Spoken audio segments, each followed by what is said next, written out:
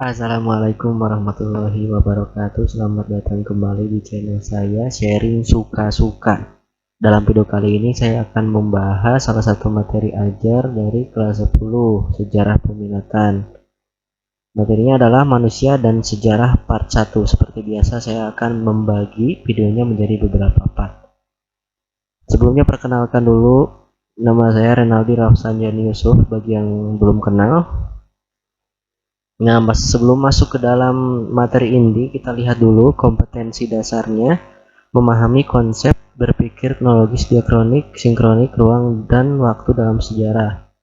Lalu tujuan pembelajarannya, ketika sudah mempelajari materi ini, siswa diharapkan mampu memahami peran manusia dalam sejarah, memahami manusia dalam konsep ruang dan waktu, memahami sejarah sebagai ilmu, dan menjelaskan manfaat mempelajari sejarah.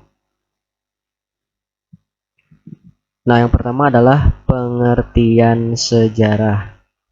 Nah, namun sebelum kita masuk ke pengertiannya, saya mau tanya dulu nih, siapakah orang yang pertama kali menulis sejarah?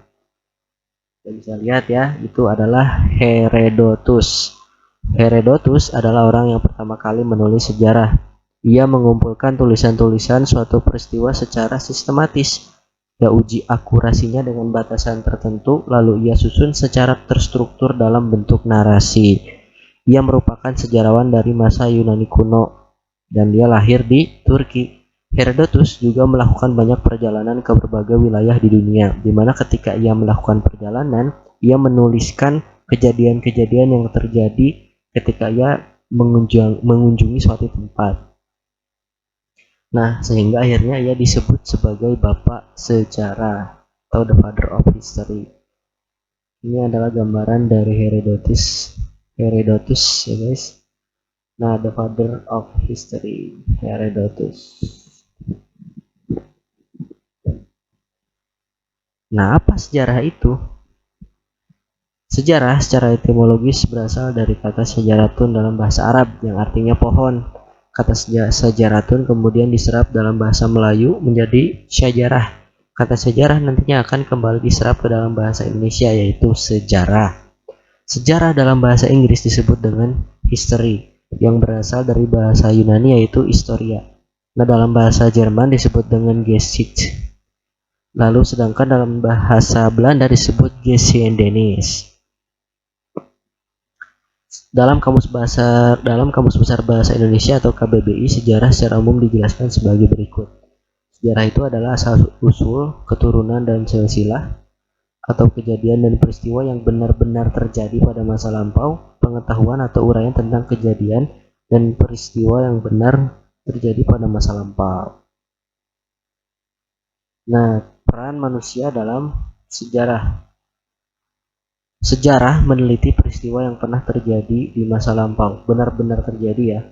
Lalu peristiwa sejarah terus bergerak ke masa kini, masa depan, serta dalam prosesnya memengaruhi kehidupan manusia. Jadi, apa yang kita lakukan dalam sehari-hari itu selalu akan menjadi sejarah. Saya ngomong juga beberapa detik sebelumnya itu sudah menjadi sejarah. Nah, peristiwa sejarah terus bergerak secara dinamis atau berubah-ubah, jadi tidak statis ataupun mati. Sejarah itu selalu bergerak dan selalu bergerak secara dinamis. Sejarawan meneliti seperti apa dinamika suatu peristiwa sejarah dalam perjalanan waktu. Dinamika itu dapat berbentuk perubahan, perkembangan, kesinambungan atau pengulangan. Perubahan bisa kita lihat dalam suatu peristiwa atau satu masa di mana manusia itu terus berubah. Lalu perkembangan juga sama, misalnya dalam hal teknologi. Dari zaman dulu mungkin kita untuk melakukan komunikasi jarak jauh, melakukannya dengan mengirim surat menyurat. Nah, sekarang sudah gampang dengan adanya teknologi handphone. Lalu kesinambungan atau pengulangan. Nah, kesinambungan, pengulangan atau disebut juga fenomena sejarah itu adalah fenomena sejarah yang mirip terulang kembali. Misalnya sekarang ada pandemi corona. Nah, dulu juga ada penyakit pandemi yang sama menyerang dunia gitu, hampir mirip dengan corona. Nah, cuman sejarah itu tidak bisa diulang ya guys, karena sejarah itu unik, sejarah itu tidak bisa diulang. Nah, siapakah yang memungkinkan peristiwa sejarah itu terus bergerak secara dinamis dari masa lalu ke masa depan? Siapa coba? Yang tahu? Yap, itu jawabannya adalah human guys, alias manusia ya. Jadi manusialah yang membuat sejarah itu terus bergerak.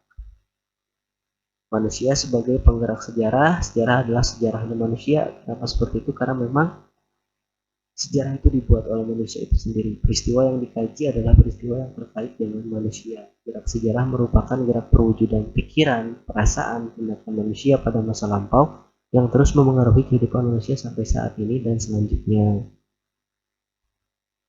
Nah, menurut sejarawan Muhammad Ali, sejarah meneliti dan menceritakan riwayat dan perjalanan hidup manusia. Riwayat itu diceritakan oleh manusia dan cerita itu dibaca serta dialami oleh manusia pula. Manusia menjadi pencipta sejarah, pelaku sejarah, penutur sejarah, dan sumber sejarah sekaligus. Nah, ini adalah Muhammad Ali.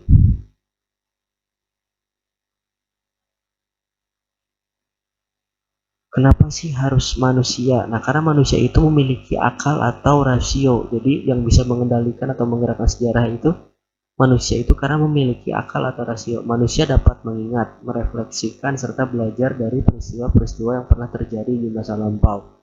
Akal budi atau rasio itulah yang memungkinkan terjadinya perubahan kesinambungan, perkembangan, dan bahkan pengulangan dari suatu peristiwa. Tapi ingat ya, sejarah maksudnya di sini bukan diulang, karena sejarah itu unik, tidak bisa diulangi, tapi ada fenomena sejarah. Jadi mirip gitu, kejadian di masa lalu dan di masa sekarang terjadi. Lalu manusia dapat mengingat, merefleksikan, serta belajar dari peristiwa-peristiwa yang pernah terjadi di masa lampau. Oke, itu saja untuk video materi pembelajaran kelas 10 kali ini. Semoga bermanfaat. Supaya channel ini terus berkembang, jangan lupa subscribe, like, dan komen. Kalau misalnya kalian mau komentar, bertanya, boleh di bawah ya, di kolom komentar. Lalu jangan lupa untuk dibunyikan loncengnya. Assalamualaikum warahmatullahi wabarakatuh. Ciao.